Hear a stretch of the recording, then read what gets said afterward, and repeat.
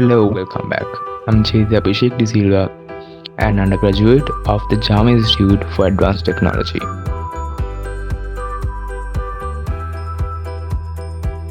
Welcome back with the question series of Database Management System 1, and today I'm here with the question set number 40. In this question set 2, we're going to discuss the same question scenario that we had with the database related to the Relational Center. So in this question set, we're going to mainly focus on the relational algebra queries. In this question, we're going to discuss about this projection algebra operator. So then let's move to the first question. Write the relational algebra query to see the product name of the registered product. Use the product stored as a product table. So if I discuss little about this format, this is the projection operator, and here's the attribute means the column, and here's the relation means the table. This is the answer for the first question.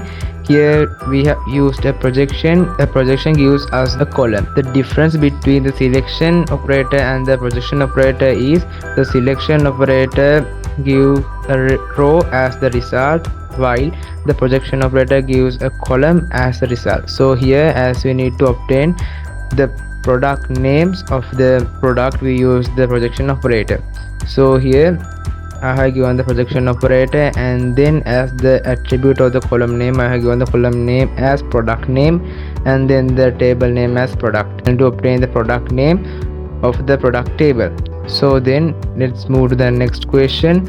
Write the relational algebra query to check the username and password of the login details of the registered users.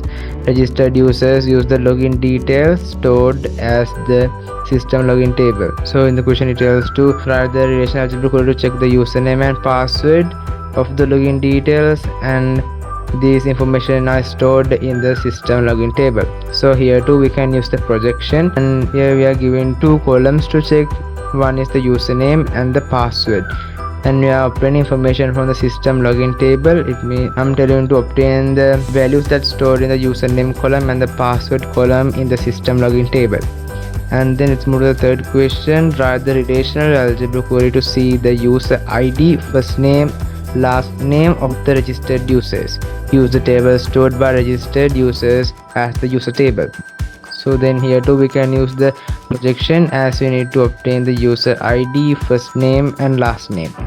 So here as the attributes, I have given the column names as user ID, first name and last name, and have mentioned that we need to obtain the information from the user table. In other words, I'm going to obtain values that stored in the columns named with the user ID, first name and last name from the user table.